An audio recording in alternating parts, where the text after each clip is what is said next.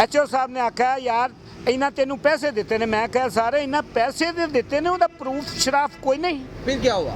उन्हें आख्या जी तुसी मेरी बात उन्हें बंद कर दी है। उन्होंने आख्या जी 3 स्टाम लै वो 4। एसएचओ साहब ने एचओ साहब ने मेरे कोल मेरे मुजरमां नूं कहा है 4 स्टाम लै वो, मैं तुहाडा पर्चा कैंसल कर देना वा। अच्छा, ए बाबा झूठ मारदा पिया, तुसां पैसे दिते ने।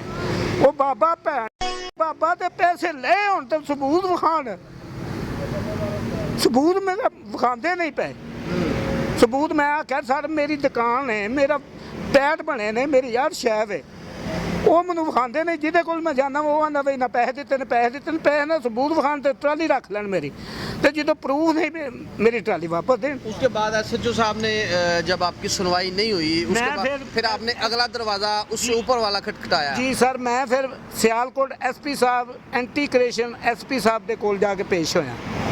उन्होंने मैं आख्या सर मेरे नाल यह ज्यादती हुई है। उन्होंने अगे मैं उन्होंने एचओ डीएसपी साहब नूं फोन किया। उन्हें आख्या जी तेरी इंक्वायरी डीएसपी के कोल टुर गई। बाद में डीएसपी साहब के पेश होया। डीएसपी साहब नूं मैं कहा सारे तुसी बाप की जगह ते हो, भावें मेरे तुसी बेटे लगदे हो, कुर्सी जिहड़ी है तुसी बाप की तरह हो ते बाप तरह वाला फैसला करो।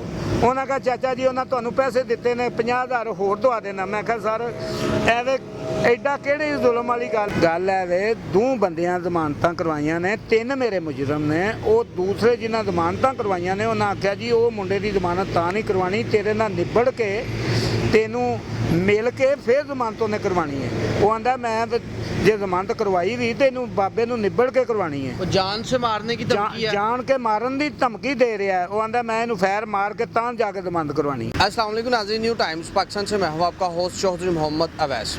नाज़रीन इस वक्त मैं डस्का के नवाही गांव रंजाई के अंदर मौजूद हूं और आपके सामने एक दिल दहला देने वाली जुल्म जबर और बर्बरियत की मसाइल कायम करने वाली एक कहानी आपके सामने लेकर पेश हुआ हूं। मेरे साथ यहाँ पर मौजूद हैं गुलाम नबी वल्द चौधरी अल्लाह दिता साहब, जो कि पेशे के लिहाज से एक मैकेनिक है। थ्रेशर और ट्राली और हेड ब्रिज बनाने का इनका काम है और मेहनत मजदूरी करके महंगाई के इस आलम में अपने बीवी बच्चों का पेट पाल रहे थे। लेकिन इलाके के चंद बाअसर कब्ज़ा माफिया शख्सियात और चंद रोब दबदबा रखने वाले अनासर ने इनके साथ जुल्म और सितम की अपने आप में एक मिसाल कायम की है।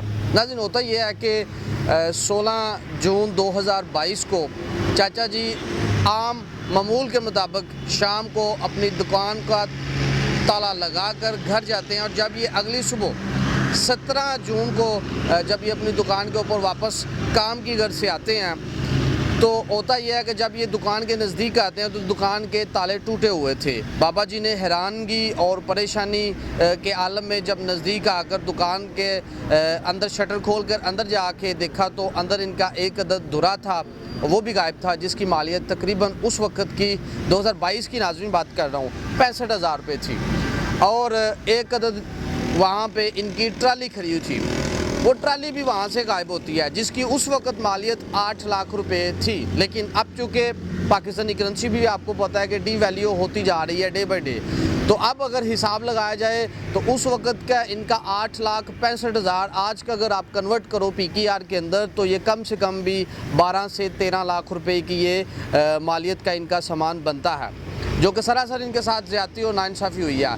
चाचा जी हर पाकिस्तानी ज़िम्मेदार शहरी होने की हैसियत से ये पुलिस के पास गए, चूँकि उस वक़्त इनको पता नहीं था कि ट्राली किसने ये चुराई है, तो उन्होंने नामालूम अफराद के ऊपर FIR कटवा दी। पुलिस का निज़ाम भी आपके सामने है नाज़रीन, किसी से कोई ढका छुपा नहीं है। पुलिस वालों ने थोड़ी सी हल्की फुल्की अपनी एक्टिविटीज़ के बाद चाचा जी को कह दिया कि हमें ट्राली मसूल नहीं हुई, आप घर चले जाएँ।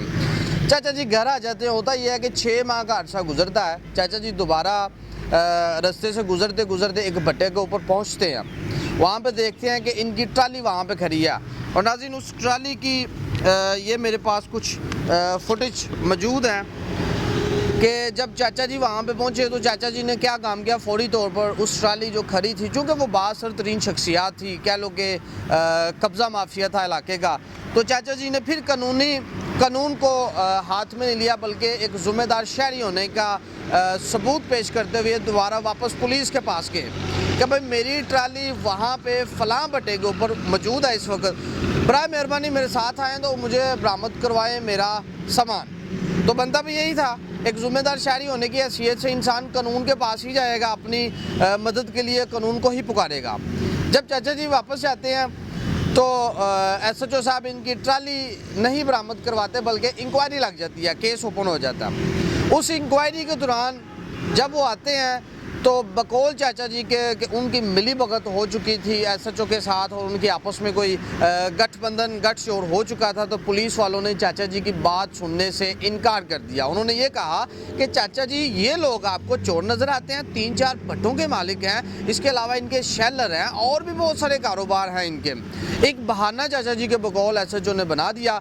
उसके बाद होता क्या कि SHO ने यहाँ तक कह दिया कि आप 2-3 स्टाम्प पेपर ले आएँ, उसके बाद मैं ये मुकदमा खारिज कर दूंगा। फिर उसके बाद चाचा जी SP के सामने पेश हुए। SP ने जो इंक्वायरी फिर वापस डस्का सिटी के जो DSP हैं उनके यहाँ भिजवा दी। तो जब उनके यहाँ इंक्वायरी लगती है तो DSP साहब ने भी चाचा जी के बकौल ये कह दिया कि चाचा जी ये आपको शक्ल से चोर लगते हैं जिनका अरबों रुपए का बिजनेस है। चाचा जी ने वहाँ पर भी दुहाई दी कि अगर इन्होंने मुझसे सामान खरीदा है, कम से कम अगर इनका अरबों रुपए का इनका कोई कारोबार है, कारोबारी शख्सियात हैं, तो इनका इतना तो ये अक्ल काम करती होगी कि उस वक्त ये मुझे कोई ना कोई स्टाम्प पेपर या कोई चीज़ लिखी लिखाई कोई चीज़ एक ले आए, कोई एफिडेविट ले आए कि जहाँ पे मैंने इनको लिख कर दिया कि ये ट्राली इनकी है, नहीं तो मुझे मेरी ट्राली वापस की जाए।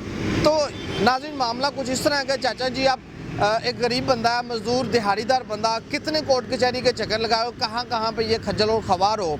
तो चाचा जी बिलाखिर हमारा इनके साथ कांटेक्ट हुआ है, चाचा जी ने हमें कांटेक्ट किया और हम ये DSP साहब की खिदमत में ये एक वीडियो बनाकर पेश कर रहे हैं। आज चलते हैं चाचा जी के पास ही, गुलाम नबी साहब के पास, और उनसे पूछते हैं कि आखिर उनके साथ हुआ क्या था। जी अस्सलाम वालेकुम।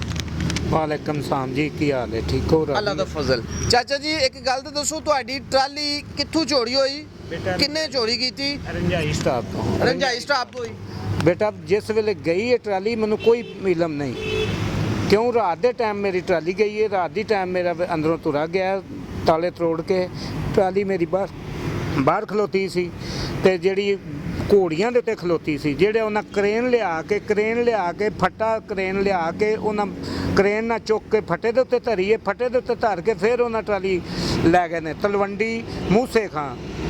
मैं 6 महीने लभ के हार हो गया वहाँ, खीर मैनू लभी है, मैं उत्थे जाके वीडियो दी बनाई है, उहदी आके फोटो कढाइयां ने, फिर मैं थाने जाके एवें गया वहाँ, फिर उन्होंने नामजद किया है, नामजद करके ओवे पुलिस वाले आंदा रहा यार इन्हों लुकवाओ, इन्हों कुआओ, किसी पुलिस वाले मेरी गल नहीं सुनी। SHO थाना सदर डस्का के जी डस्का के उन्होंने कहा है कोई बात नहीं सुनवाई गई, अरे किसी बात नहीं सुनी। बाद में एक राणा HO साहब आए ने पसरूर के इलाके दे, इन्हों ने पेश होया वा, उन्हें आख्या चाचा जी असी उन्होंने बुलाने आ, उन्हें तफतीशी कुआया, तफतीशी कुआ के उन्हें आख्या जी वो बंदियां नूं बुलाओ, वो बंदियां नूं बुलाया, वो जमानतां करवाउण लग पे ने, क्यों उन्होंने नामजद मैं करवा दिता सी। मैनूं जो पता लग गया मेरे आ चोर ने, ए भट्ठे वाले वो दूसरे ਜਿਹੜੇ ਖੜਨ ਵਾਲੇ ਉਹਦੇ ਨਾਲ ਮਦਾਦੀ ਸਨ, ਉਹ ਵੀ ਭੱਠਿਆਂ ਦੇ ਮਾਲਕ ਨੇ, ਜਿਹੜੇ ਬੰਦੇ ਨੇ ਖੜੀ ਹੈ ਉਹਦੇ 3 ਭੱਠੇ ਨੇ, ਇੱਕ ਸੈਲਰ ਹੈ,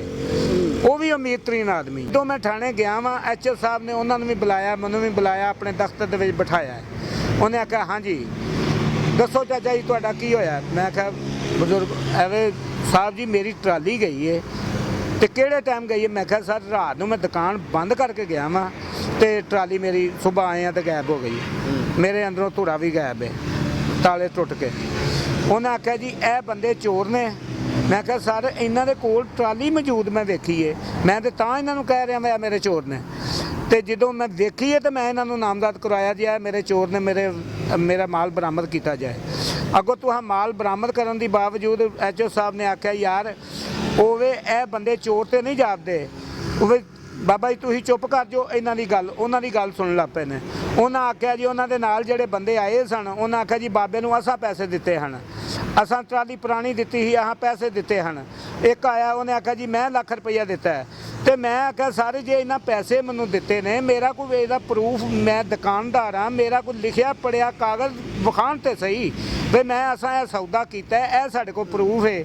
ਜੇ ਪ੍ਰੂਫ ਵਿਖਾਣ। एसएचओ साहब ने क्या कहा जब आपने ये कहा कि अगर इन्होंने मुझसे ट्राली ली है तो कोई ना कोई रसीद तो इनके पास होगी?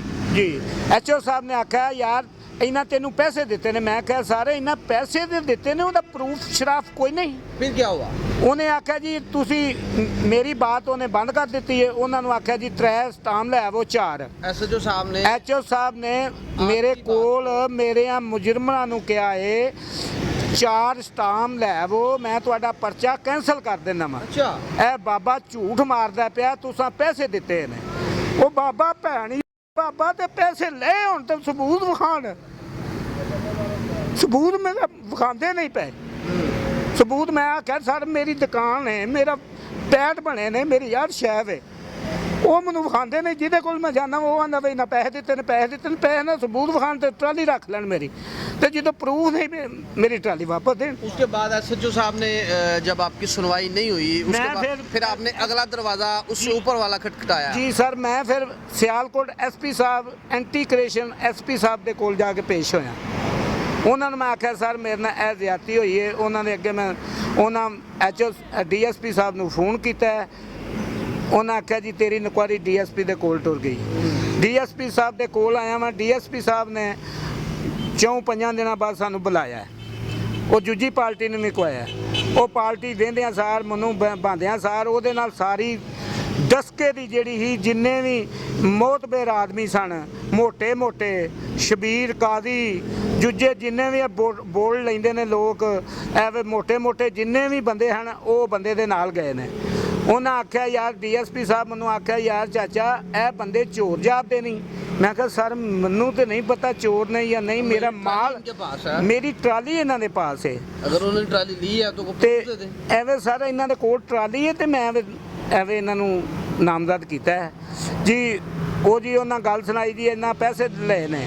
ਉਹ ਮੈਂ ਕਿਹਾ ਸਰ ਪੈਸੇ ਤੇ ਸਾਰੇ ਮੁਲਕ ਨੇ ਲਏ ਨੇ, ਐਵੇਂ ਮੇਰਾ ਕੋਈ, ਮੈਂ ਦੁਕਾਨਦਾਰ ਆ, ਮੇਰਾ ਕੋਈ ਪ੍ਰੂਫ ਤੇ ਵਿਖਾਓ। ਇਹ ਆਖਣ ਵੀ ਇਹ ਰਸੀਦ ਬਾਬੇ ਨੇ ਦਿੱਤੀ ਸੀ ਕੱਟ ਕੇ, ਇਹ ਵੀ ਸਾਡੇ ਕੋਲ ਪ੍ਰੂਫ ਹੈ, ਇਹ ਸੌਦੇ ਦੀ ਰਸੀਦ ਹੈ, ਇਹ ਅਸੀਂ ਖੜਨ ਲੱਗੇ ਰਸੀਦ ਪੁਰ ਕਰਕੇ। एसपी साहब ने अब क्या कहा? ਡੀਐਸਪੀ ਸਾਹਿਬ ਨੇ ਆਖਿਆ ਬਾਬਾ ਜੀ ਤੁਸੀਂ ਚਲੇ ਜਾਓ, ਮੈਨੂੰ ਬਾਅਦ ਵਿੱਚ ਆ ਕੇ ਮਿਲਿਆ ਜੇ। अच्छा मैं फिर बाद में गए आप? ਜੀ ਮੈਂ ਬਾਅਦ ਵਿੱਚ ਡੀਐਸਪੀ ਸਾਹਿਬ ਦੇ ਪੇਸ਼ ਹੋਇਆ। ਡੀਐਸਪੀ ਸਾਹਿਬ ਨੂੰ ਮੈਂ ਕਿਹਾ ਸਾਰੇ ਤੁਸੀਂ ਬਾਪ ਦੀ ਜਗ੍ਹਾ ਤੇ ਹੋ, ਭਾਵੇਂ ਮੇਰੇ ਤੁਸੀਂ ਬੇਟੇ ਲੱਗਦੇ ਹੋ, ਕੁਰਸੀ ਜਿਹੜੀ ਹੈ ਤੁਸੀਂ ਬਾਪ ਦੀ ਤਰ੍ਹਾਂ ਹੋ ਤੇ ਬਾਪ ਤਰ੍ਹਾਂ ਵਾਲਾ ਫੈਸਲਾ ਕਰੋ। ਉਹਨਾਂ ਕਹਾ ਚਾਚਾ ਜੀ ਉਹਨਾਂ ਤੁਹਾਨੂੰ ਪੈਸੇ ਦਿੱਤੇ ਨੇ 50,000 ਹੋਰ ਦਵਾ ਦੇਣਾ। ਮੈਂ ਕਿਹਾ ਸਰ ਐਵੇਂ ਐਡਾ ਕਿਹੜੀ ਜ਼ੁਲਮ ਵਾਲੀ ਗੱਲ ਹੈ? ਬਾਜ਼ਾਰੋਂ ਪੁੱਛੋ ਇਹ ਕਾਰਖਾਨੇ ਵਾਲਿਆਂ ਨੂੰ 5-7 ਨੂੰ ਕਵਾ ਲਓ, ਟਰਾਲੀ ਦੀ ਕੀਮਤ ਪੁੱਛੋ ਟਰਾਲੀ ਹੈ ਕਿੰਨੇ ਦੀ ਹੈ। ਤੇ ਜੇ ਸਰ ਇਹ ਨਹੀਂ ਹੋ ਸਕਦਾ ਤੇ ਫਿਰ ਮੈਨੂੰ ਹੁਕਮ ਦਿਓ। ਉਹਨਾਂ ਕਹਾ ਸਰ ਫਿਰ ਐਵੇਂ ਜੇ ਇਹ ਗੱਲ ਨਹੀਂ ਤੂੰ ਮੰਨਣੀ ਤੇ ਮੈਂ ਤਫਸ਼ੀਸ਼ੀ ਨੂੰ ਕਹਿਣਾ ਵਾ ਤੇਰਾ ਮੈਟਰ ਦੇ ਉੱਤੇ ਫੈਸਲਾ ਹੋ ਜਾਂਦਾ। अच्छा ਜੀ ਮੈਟਰ ਦੇ ਉੱਤੇ ਫੈਸਲਾ ਮੇਰਾ ਹੋਣ ਦੇ ਬਾਵਜੂਦ ਮੈਂ ਫਿਰ ਐਸਪੀ ਸਾਹਿਬ ਦੇ ਪੇਸ਼ ਜਾ ਕੇ ਹੋ ਗਿਆ। ਫਿਰ ਅੱਜ ਮੈਂ ਐਸਪੀ ਸਾਹਿਬ ਦੇ ਪੇਸ਼ ਉਹਨਾਂ ਨੂੰ ਕੁਆਰੀ ਲਾ। ਉਹਨਾਂ ਆਖਿਆ ਜੀ ਮੈਂ ਇਹ ਫਾਈਲ ਜਿਹੜੀ ਆਪਣੇ ਕੋਲ ਮੰਗਵਾ ਲੈਣਾ ਮੁਕੱਦਮਾ ਨੰਬਰ। ਉਹਨਾਂ ਮੁਕੱਦਮਾ ਨੰਬਰ ਮੰਗਵਾਇਆ, ਤਫਸ਼ੀਸ਼ੀ ਮੇਰੇ ਨੂੰ ਕਵਾਇਆ। ਉੱਥੇ ਐਸਪੀ ਸਾਹਿਬ ਦੇ ਕੋਲ ਗਏ ਆ। ਜਦੋਂ ਉਹਨਾਂ ਨੂੰ ਵੇਖਿਆ ਉਹਨਾਂ ਆਖਿਆ ਯਾਰ ਇਹ ਤੇ ਚੋਰ ਨਹੀਂ ਜਾਪਦੇ। रिजल्ट क्या निकला? ਕੋਈ ਵੀ ਕੁਝ ਵੀ ਨਾ। तो आपने अदलिया के पास गए हैं, अदालत का दरवाज़ा खटखटाया? ਸਰ ਮੈਂ ਅਦਾਲਤ ਦੇ ਵਿੱਚ ਗਿਆ ਵਾਂ। ਅਦਾਲਤ ਦੇ ਵਿੱਚ ਉਹਨਾਂ ਜ਼ਮਾਨਤਾਂ ਮੇਰਾ ਮੁਜਮਨਾ ਕਰਵਾਈਆਂ ਨੇ, ਜਿਹੜੇ ਨਾਮਜ਼ਦ ਮੈਂ ਬੰਦੇ ਕੀਤੇ ਨੇ ਜਿਨ੍ਹਾਂ ਕੋਲ ਮੇਰੀ ਟਰਾਲੀ ਹੈ। ਤੇ ਅਦਾਲਤ ਦੇ ਵਿੱਚ ਉਹ ਮੇਰੇ ਜਾਣ ਤੋਂ ਪਹਿਲਾਂ ਉਹ ਪੈਸੇ ਐਵੇਂ ਤਰੀਕ ਪਵਾ ਕੇ 18 ਤਰੀਕ ਚਲੇ ਗਏ ਨੇ। ਤੇ ਮੈਂ ਗਰੀਬ ਆਦਮੀ ਆ, ਮੈਂ ਕਿੱਥੇ ਕਿੱਥੇ ਭੱਜਾਂ, ਕੀ ਕੁਝ ਕਰਾਂ? ਮੇਰਾ ਮਾਲ ਤੇ ਬਰਾਮਦ ਕਰ ਲੈਣਾ। ਇਹ ਮਿਹਰਬਾਨੀ ਹੈ ਸਰ ਤੁਹਾਡੀ, ਮੇਰਾ ਮਾਲ ਬਰਾਮਦ ਕਰੋ। अच्छा जी, इस दुकानदारी के अलावा कोई आपका जरिया आमदन है? ਮੇਰਾ ਕੋਈ ਆਮਦਨ ਨਹੀਂ ਸਰ। इसी से ही आपका रोजगार? ਐਵੇਂ ਮੇਰੀ ਐਸੀ ਰੋਜ਼ਗਾਰ ਚੱਲਦਾ ਸੀ, ਇਹ ਹੀ ਮੇਰਾ ਬੰਦ ਹੋ ਗਿਆ। ਜਿਹੜਾ ਉਹ ਹੀ ਪੈਸੇ ਮੈਂ ਉਹ ਸ਼ੈ ਵੇਚਦਾ ਹਾਂ, ਉਹ ਹੀ ਬਣਾਉਂਦਾ ਹਾਂ, ਉਹ ਹੀ ਸ਼ੈ ਵੇਚਦਾ ਹਾਂ ਤੇ ਬਣਾਉਂਦਾ ਹਾਂ। ਉਹ ਮੇਰੀ ਉਹ ਚੁੱਕ ਕੇ ਲੈ ਗਏ ਨੇ। ਨਾ ਮੇਰੇ ਕੋਲ ਕੋਈ ਪੈਸਾ ਰਿਹਾ ਤੇ ਨਾ ਮੈਂ ਕੋਈ ਬਣਾਉਣ ਜੋਗਾ ਰਿਹਾ। ਗੱਲ ਹੈ ਵੇ 2 ਬੰਦਿਆਂ ਜ਼ਮਾਨਤਾਂ ਕਰਵਾਈਆਂ ਨੇ, 3 ਮੇਰੇ ਮੁਜਰਮ ਨੇ। ਉਹ ਦੂਸਰੇ ਜਿਨ੍ਹਾਂ ਜ਼ਮਾਨਤਾਂ ਕਰਵਾਈਆਂ ਨੇ ਉਹਨਾਂ ਆਖਿਆ ਜੀ ਉਹ ਮੁੰਡੇ ਦੀ ਜ਼ਮਾਨਤ ਤਾਂ ਨਹੀਂ ਕਰਵਾਉਣੀ, ਤੇਰੇ ਨਾਲ ਨਿਬੜ ਕੇ ਤੈਨੂੰ ਮਿਲ ਕੇ ਫਿਰ ਜ਼ਮਾਨਤ ਉਹਨੇ ਕਰਵਾਉਣੀ ਹੈ। ਉਹ ਆਂਦਾ ਮੈਂ ਤੇ ਜੇ ਜ਼ਮਾਨਤ ਕਰਵਾਈ ਵੀ ਤੈਨੂੰ ਬਾਬੇ ਨੂੰ ਨਿਬੜ ਕੇ ਕਰਵਾਉਣੀ ਹੈ। वो जान से मारने की धमकी है। ਜਾਣ ਕੇ ਮਾਰਨ ਦੀ ਧਮਕੀ ਦੇ ਰਿਹਾ ਹੈ। ਉਹ ਆਂਦਾ ਮੈਂ ਇਹਨੂੰ ਫੈਰ ਮਾਰ ਕੇ ਤਾਂ ਜਾ ਕੇ ਜ਼ਮਾਨਤ ਕਰਵਾਉਣੀ ਹੈ, ਉਦੋਂ ਪਹਿਲਾਂ ਮੈਂ ਜ਼ਮਾਨਤ ਨਹੀਂ करवानी। जी बहुत शुक्रिया जी। नाज़रीन ये है गुलाम नबी साहब, उनकी कहानी आपने सुनी है, एक दर्द बड़ी उनकी कहानी है, जुल्म सितम की एक इंतहा को छू गई है इनकी कहानी कि अब वो जान से मारने तक की धमकियां दे रहे हैं। और कुर्बान जाऊँ मैं अपनी पंजाब पुलिस के ऊपर कि अभी तक खामोश तमाशाई बनी हुई है इस वक्त। तो अहकाम बाला से गुजारिश है कि इस केस को मेरिट के ऊपर सुना जाए। जो भी चाचा जी के साथ अगर इनका कोई हक बनता है, चाचा जी के सिर्फ एक ही मुतालबा है कि अगर मेरी से इन्होंने ट्राली ली है तो मुझे उसकी रसीद ला कर दे दें और ट्राली रख लें। अगर इनके पास रसीद नहीं है तो मुझे मेरी ट्राली वापस करें। मेरा उसी के साथ ही रोज़गार रिज़्क चलता है, अपने बच्चों का राशन पानी यहाँ से ही तो मैं चलाता हूँ। इसके साथ ही अपने मेज़बान चौधरी मोहम्मद अवैस को इजाज़त दीजिए। अल्लाह हाफिज़।